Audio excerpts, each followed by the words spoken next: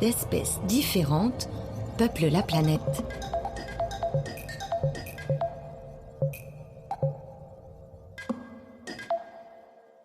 K. Dessiné avec un pinceau très fin en poil de chameau. L, etc. M, qui viennent de casser la cruche. Pourtant, parmi les innombrables classifications qu'on a imaginées, il y en a une qui a plus de sens que les autres. Ce buisson sphérique, c'est la version actuelle d'une très ancienne image, l'arbre de la vie. Toutes les espèces vivant sur Terre sont là, à chaque extrémité de ces millions de branches. Cet arbre, c'est comme ça qu'on le dessine au XIXe siècle. Un chêne gigantesque dont chaque rameau représente une espèce ayant habité la Terre à un moment donné. Là en bas, les espèces les plus primitives. Et tout en haut, moi. Seulement, ce grand chêne raconte une histoire fausse. Le problème, c'est le tronc. Cette direction privilégiée, qui aboutit à mettre les uns en haut et les autres en bas, n'a aucune justification objective. L'arbre de la vie, il faudrait le dessiner plutôt comme ça.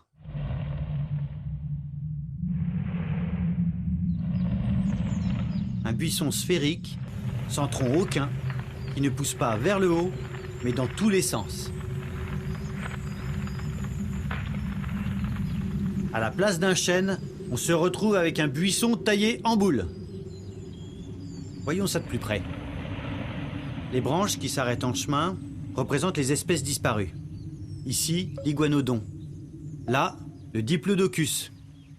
Celles qui atteignent la périphérie représentent les espèces qui vivent aujourd'hui.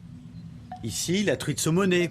Là, le caniche à poil ras. Là-bas, le géranium. Et ici, moi.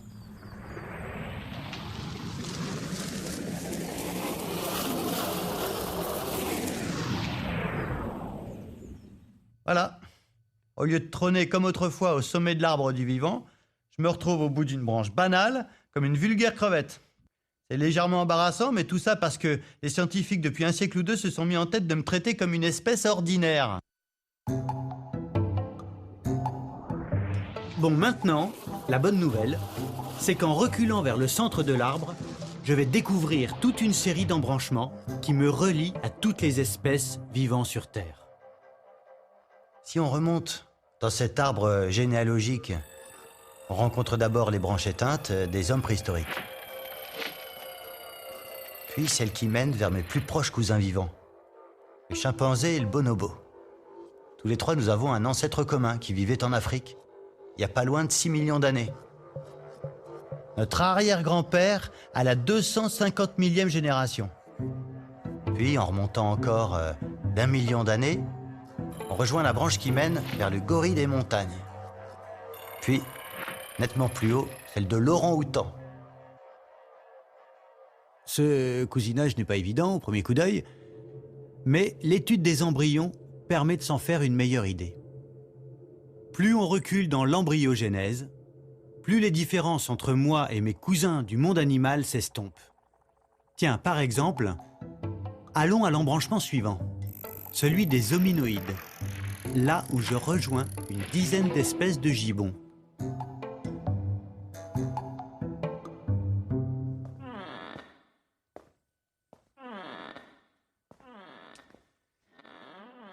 Ce que nous avons en commun, le gibbon et moi, c'est un caractère spécifique bien visible.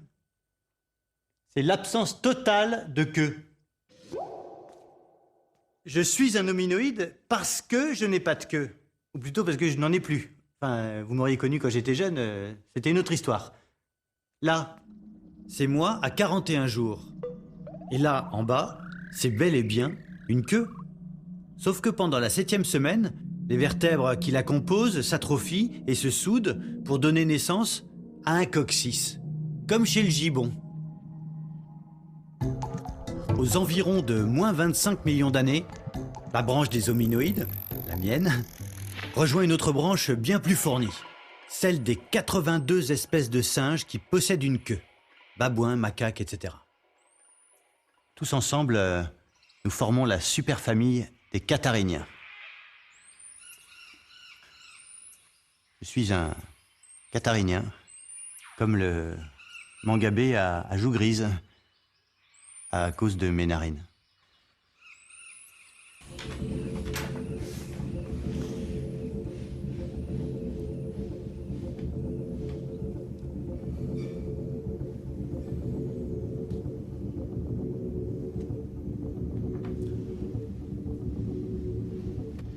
Alors l'une des caractéristiques des cathariniens, comme ce mangabé à joues grises que je suis en train d'essayer de fignoler, c'est l'orientation des narines vers le bas. Trait que nous partageons, nous humains, avec ce groupe de primates. Narines qui sont aussi séparées, comme pour nous, par une petite cloison à l'intérieur du cartilage nasal. L'étape de la tête est une étape très très délicate parce qu'en fait, la première chose qu'on regarde sur un animal ou vivant ou naturalisé, de toute façon c'est la même chose, c'est toujours les yeux plus l'expression de la face. Donc si je rate la face de mon primate là, il pourra être aussi bien positionné que je voudrais. S'il a une sale tête, le montage paraîtra raté quand même.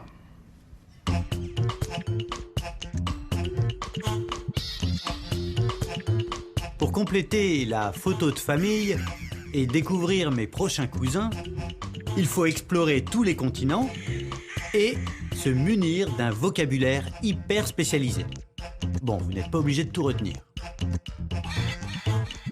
Je suis un similiforme, comme le sajou versicolore, et puis un aplorinien, comme le tarsier de Horsfield.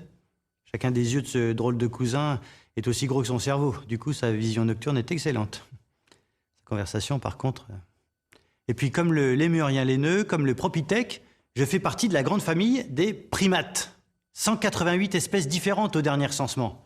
L'ancêtre commun des primates vivait il y a 63 millions d'années, soit environ 7 millions de générations. Mais au fait, qu'est-ce qui me prouve que je fais vraiment partie de la famille? D'après les systématiciens, ce serait à cause de mon pouce.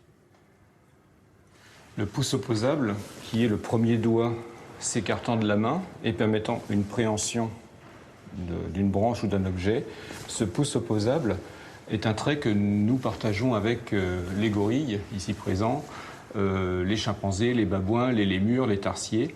Ce pouce opposable n'existe pas chez les autres mammifères. Dans le cadre des mammifères, eh bien, cet écartement du pouce apparaît comme une innovation qui a été léguée par nos ancêtres communs au cours de l'évolution. Nous avons donc un ancêtre commun. Et ce groupe d'animaux ayant cet ancêtre commun s'appelle les primates. On peut voir un être vivant comme une série d'innovations acquises au cours de l'histoire de la vie.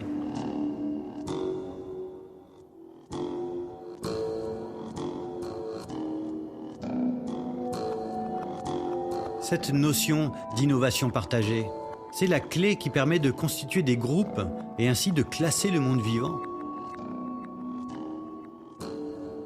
Et puis ça m'oblige aussi à modifier radicalement le regard que je porte sur moi-même. Chacune de mes caractéristiques physiques renvoie à un ancêtre particulier qui correspond à un embranchement précis de l'arbre du vivant. Je suis un puzzle, un patchwork d'innovation opéré au cours des millions d'années d'évolution. Il y a le pouce, bien sûr, mais aussi la station debout, le nez, la glande mammaire, le poumon à alvéole, la nageoire charnue, la symétrie bilatérale, la colonne vertébrale, etc., etc. En fait, l'arbre raconte mon corps. Certaines parties, comme le pouce, sont très récentes, d'autres, comme le noyau cellulaire, très, très, très anciennes. Chacune des pièces du puzzle correspond donc à un embranchement de l'arbre du vivant. En continuant de remonter vers le centre de l'arbre, on va retrouver l'origine de chacune d'entre elles. Le nez, là, le poil, ici, la mâchoire, là-bas, et ainsi de suite.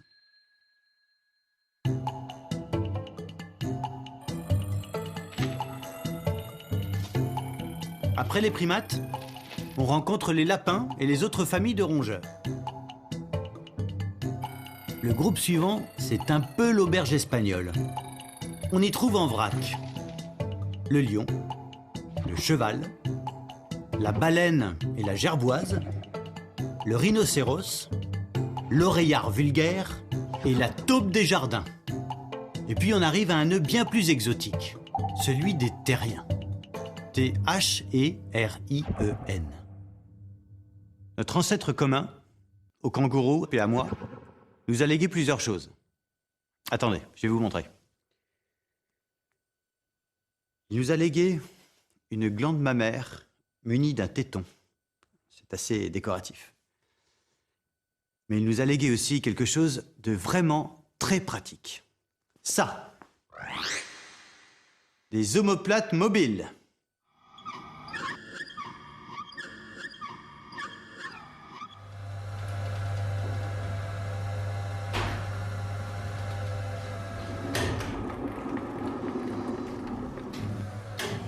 On peut mettre le tapis en route, là on va voir ce que ça donne à l'image.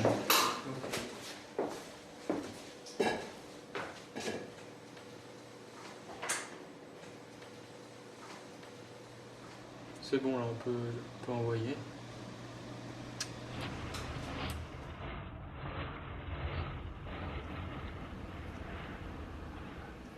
Le radiocinéma permet de mettre en évidence les caractéristiques de ce mode de déplacement des terriens, qui est grâce à la mobilité de l'omoplate, qui tourne autour d'un axe ici, qui glisse sur la paroi du thorax. Vous voyez, il tourne autour de ce point-là. Hein, on voit bien les deux omoplates se croiser. C'est-à-dire que l'omoplate devient un segment supplémentaire du membre antérieur. La liberté de mouvement assurée par l'omoplate ouvre des possibilités tout à fait nouvelles. Par exemple, chez les primates, dont nous faisons partie, l'omoplate glisse sur la cage thoracique, non plus latéralement comme chez le rat, mais dorsalement.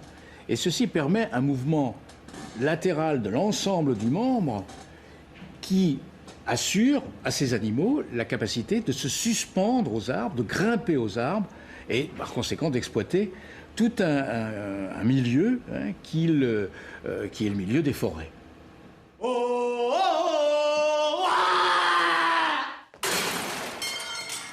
La catégorie suivante, vous la connaissez forcément.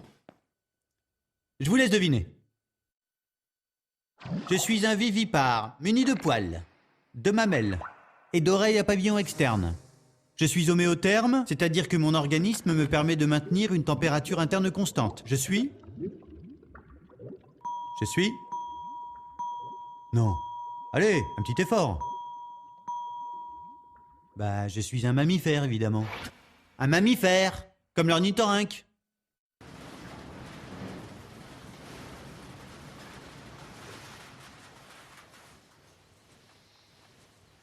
Avec l'ornithorynque, on touche au monde des bizarreries, il faut quand même bien le dire. Cela étant, il répond bien à la définition des mammifères, couvert de poils, et il allaite ses petits. Là, tout va bien. Un peu plus improbable, le bec de canard. Mais alors, ce qui a paru complètement incroyable lors de sa découverte en 1798, c'est qu'il pond des œufs. Et les premières dépouilles qui ont été ramenées en Europe, ils ont dit bon, ça va, c'est bon, c'est une mystification. Donc on va la démonter. Sur le premier spécimen qui est à Londres, on voit il y a encore les traces du ciseau qui était censé servir à montrer que c'était un faux. Il va quand même falloir plusieurs décennies avant que l'establishment scientifique admette qu'il y ait des mammifères qui pondent des œufs. Et à tel point qu'il y en a un autre qui a été découvert, l'échidné, enfin les échidnés, parce qu'il y a deux espèces, et que dans la classification, on a bâti pour eux une catégorie particulière qu'on appelle les monotrèmes. Les monotrèmes. Ce sont les mammifères les plus éloignés de moi dans la classification. La dernière branche vivante avant une longue traversée du désert. Bah oui, parce qu'ensuite, il ne se passe plus rien. Pas le moindre cousin vivant pendant 130 millions d'années. 130 millions d'années, c'est long. C'est à croire que l'évolution s'est arrêtée. En fait, pas du tout. Entre les mammifères et le groupe suivant, celui des amniotes, de nombreuses branches sont apparues, mais toutes se sont éteintes. Les espèces ont disparu. La prochaine vraie branche, avec des vrais cousins qui vivent encore, c'est celle des amniotes. Je suis un amniote, comme le flamant rose, le serein et le toucan, parce que notre ancêtre commun a inventé l'amnios. C'est une sorte de membrane pour envelopper l'embryon et le protéger. L'embranchement suivant correspond à une innovation encore plus essentielle. Pour appartenir à la superclasse des tétrapodes, il faut un nombre pair de membres locomoteurs munis de 1 à 8 doigts chacun. On en connaît aujourd'hui 26 308 espèces, de toutes formes et de toutes tailles, de la salamandre à la girafe, en passant par le crapaud-buffle.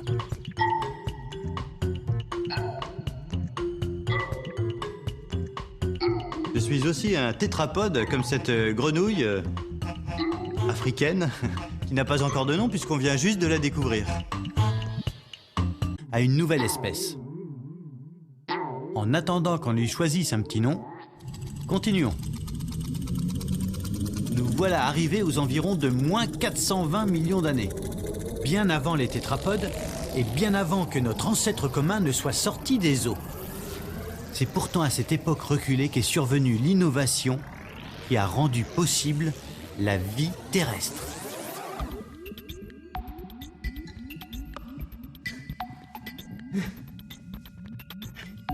Je suis un sarcoptérygien, comme le sélacanthe, à cause de mes nageoires charnues. Oui, je sais. On a l'habitude de les appeler des bras et des jambes. Mais d'un point de vue évolutif, ce sont des nageoires. Je vais vous montrer. Ça, c'est un bras d'Homo sapiens ordinaire. Et ça, c'est une nageoire de sélacanthe. Vous avez remarqué?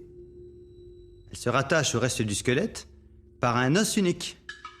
C'est ça, l'innovation géniale des sarcoptérygiens.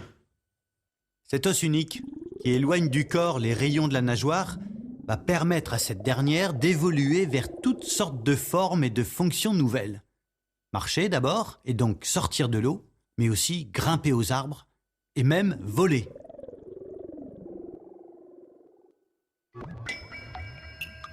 À l'embranchement suivant, voilà des cousins dont les nageoires ne sont pas charnues. Un peu comme si leurs doigts étaient fixés directement au tronc. Je suis un ostéictien, comme la sardine et le saumon d'Écosse, parce que je possède de véritables os au lieu d'un simple cartilage. C'est à ce niveau que le nombre de mes cousins double d'un coup et atteint les 50 000. 50 000, un chiffre impressionnant, mais finalement assez modeste en regard des millions d'espèces qui peuplent la planète et des 10 000 nouvelles qu'on découvre chaque année. Autrement dit, il y a des milliers d'espèces qui vont disparaître avant même d'être découvertes. Elles n'auront pas le temps d'être inscrites sur la liste rouge des espèces menacées. Contrairement aux pandas, à la baleine à bosse ou au grand requin blanc, que je rencontre justement à l'embranchement suivant. Je suis un gnatostome, comme le grand requin blanc, parce que je possède de l'hémoglobine, ainsi qu'une mâchoire grâce à laquelle je peux capturer des proies avec la bouche. Bon, alors c'est vrai, attraper des proies vivantes dans la société d'aujourd'hui, ça se fait moins qu'avant. Mais il reste tout de même les huîtres. Je suis un vertébré parce que j'ai des vertèbres. Et puis un craniate parce que je possède une sorte de boîte pour protéger mon précieux cerveau. Avec les cousins qu'on va rencontrer maintenant, la photo de famille devient franchement cauchemardesque. Je suis, dans l'ordre, un craniate comme la myxine, puis, en remontant, un myomérozoaire comme l'Amphoxus, et puis un cordé comme l'Acidie, ce sac mou qui vit accroché au fond de l'eau. Là, on pourrait croire qu'on ne peut pas tomber plus bas. Et pourtant, si. C'est un peu gênant de vous avouer ça, mais d'un point de vue topologique, je suis un donut.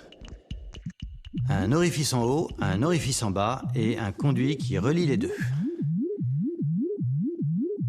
Je suis un deutérostomien, comme le concombre de mer ou l'oursin granuleux, à cause de la façon dont se forme ce conduit pendant l'embryogenèse. Certains commencent par la bouche, mais moi, personnellement, je commence par l'anus, comme on voit ici. Et ma bouche se forme ensuite, d'où le nom du groupe. Deutérostomien en grec, ça veut dire bouche en second. Bon, passons rapidement sur ces détails embarrassants, d'autant plus que l'embranchement suivant est particulièrement chargé. Les 58 000 deutérostomiens se retrouvent totalement submergés par un afflux massif de nouveaux cousins. Plus d'1 million. La branche qui mène vers moi, Homo sapiens, n'est qu'un petit rameau perdu au milieu d'un groupe énorme, les bilatériens. Je suis un bilatérien, comme la mouche du vinaigre, mais aussi comme le crabe ou comme l'escargot de Bourgogne, car je suis traversé par un plan de symétrie qui partage mon corps en deux moitiés semblables. Du fait de cette symétrie, j'ai aussi une direction privilégiée avec un avant et un arrière. Toutes choses dont les éponges ou les méduses, par exemple, sont dépourvues. Parmi mes cousins bilatériens, il y a tous les arthropodes, les crabes, les insectes, etc., tous les mollusques, et aussi beaucoup de familles, aujourd'hui disparues, dont les seuls représentants sont des fossiles. Les espèces éteintes, c'est pas en millions qu'elles se comptent, mais en dizaines de milliards. Revenons plutôt chez les vivants. Il nous reste encore quelques cousins à découvrir. À moins 700 millions d'années, on atteint la limite de ce qu'on a l'habitude d'appeler le règne animal. Les systématiciens, eux, préfèrent parler de métazoaire. Je suis un métazoaire, comme l'éponge à crevettes, parce que je suis un organisme pluricellulaire mobile. C'est-à-dire que je suis composé de plusieurs cellules et que je bouge.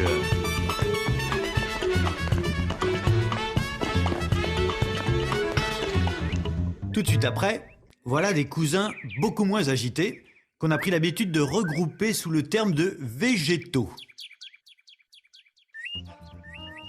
Alors c'est vrai, ils ont fait des choix de vie, différents. Et pourtant, je suis un eucaryote comme eux, comme le romarin, comme le séquoia géant et comme le géranium. Bon, je reconnais qu'entre lui et moi, la ressemblance n'est pas frappante. Il faut dire que notre ancêtre commun vivait il y a 1 milliard d'années, mais avec un bon microscope, il y a quand même un air de famille. Là, à droite, c'est la cellule du géranium. À gauche, c'est moi. Enfin, des cellules de mon épiderme. Leurs formes sont différentes, mais leurs structures sont les mêmes, avec ce compartiment spécial où est enfermé l'ADN, le noyau. C'est cette invention, le noyau, qui est l'innovation partagée des eucaryotes. Elle est commune aux animaux, aux végétaux, mais aussi à tout un tas d'organismes qui ne sont ni l'un ni l'autre. Des cousins composés d'une cellule unique, les unicellulaires. Autrefois, tous les êtres vivants étaient rattachés soit au règne animal, soit au règne végétal. Et les unicellulaires n'échappaient pas à la règle. Les microalgues étaient végétales comme la betterave, les paramécies animales comme la girafe.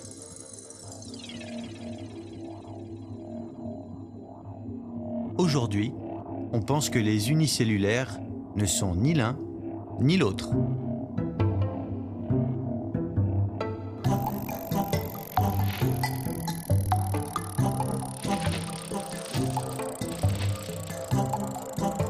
La branche des eucaryotes, c'est l'une des 3 branches maîtresses de l'arbre du vivant. Elle inclut les animaux, ici, les végétaux, là, et là-bas, une partie des unicellulaires, ceux qui ont un noyau. Ceux qui n'en ont pas, ils sont dans cette autre branche, celle des bactéries. Les scientifiques en ont identifié 10 000 espèces, mais il y en aurait plusieurs millions. On leur doit la coqueluche et le choléra, d'accord. Mais pas seulement. Sans bactéries, pas d'azote pour les plantes, ni de digestion chez les animaux, bref, pas de vie sur Terre. Et pas d'Homo sapiens. Alors, vous allez me dire, il reste une troisième branche. On ignorait son existence il y a encore 30 ans. Elle est peuplée d'unicellulaires qu'on appelle les archées. Il y a une centaine d'espèces connues, mais là encore, il en reste probablement des millions à découvrir. Et parmi elles, Pyrococcus abyssi. Cette petite chose ronde et insignifiante, pour qui le soufre est une friandise, et l'oxygène un poison mortel, c'est aussi un cousin. Un cousin assez éloigné, mais un cousin quand même. L'immense famille à laquelle nous appartenons tous les deux a pour une fois un nom simple. Je suis un être vivant comme Pyrococcus, parce que nous possédons tous les deux le même code génétique et des protéines identiques. Tous les êtres vivants, donc bactéries, archéocaryotes, font partie de la même famille. Ça veut dire très clairement, qui dit famille dit ancêtre. Clairement, tous les êtres vivants actuels descendent d'un ancêtre commun. Nous avons tous un même ancêtre. Nous sommes tous frères et sœurs. Alors, cet ancêtre, les scientifiques aujourd'hui lui ont donné un petit nom, ils l'appellent LUCA. LUCA, c'est un acronyme, ça vient de l'anglais Last Universal Common Ancestor, donc le dernier ancêtre commun à tous les êtres vivants, à partir duquel ont divergé les trois lignées archées, eucaryotes et bactéries. Ce qui est certain, c'est que LUCA ne devait pas être seul à son époque. Ce n'est pas la première cellule, ce n'était pas non plus un individu isolé. À cette époque, il devait y avoir beaucoup d'autres lignées qui existaient sur la planète, simplement elles n'ont pas donné de descendants. Tous les descendants des autres lignées cellulaires ont disparu, ont été éliminés par les descendants de LUCA.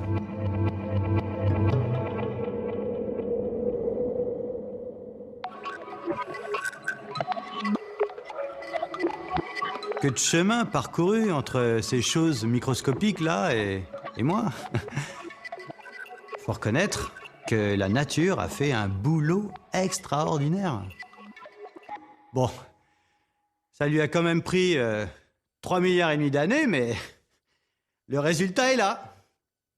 Ça a été un peu long, mais ça valait le coup d'attendre. Oh là, je vous arrête.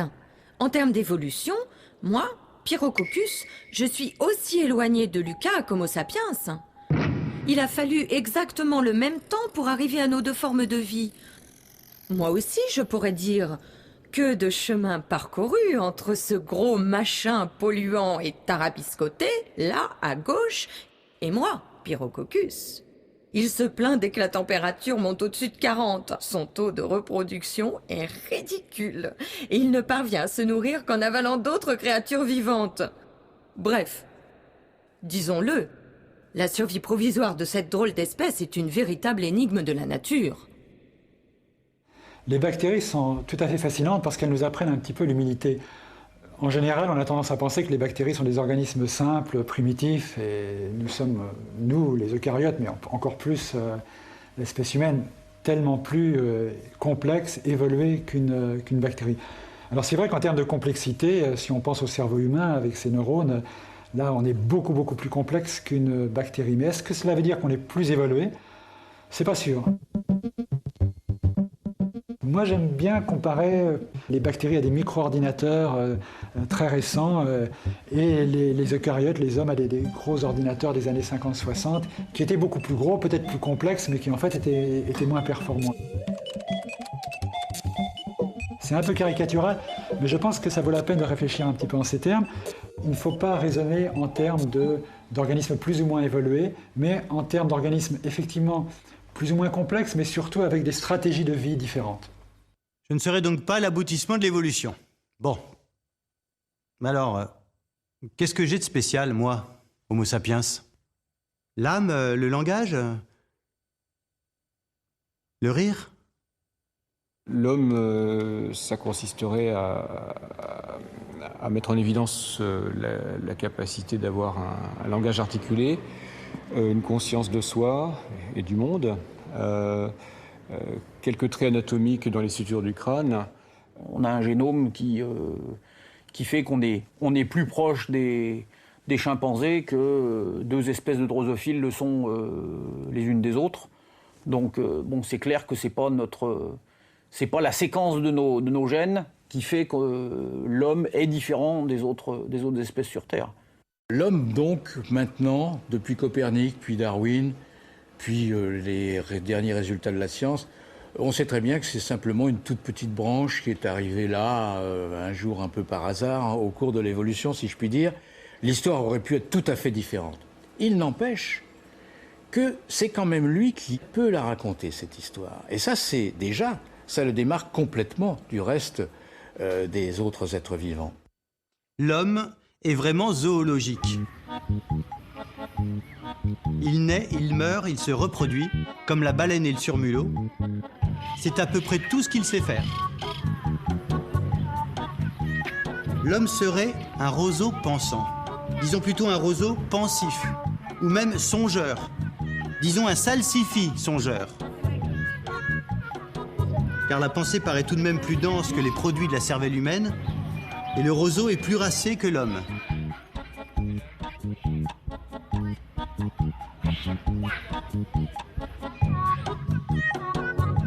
Soyons sincères, l'homme est un champignon rêveur.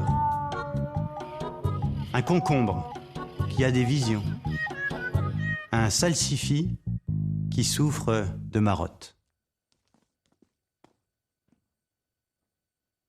Alexandre Vialat.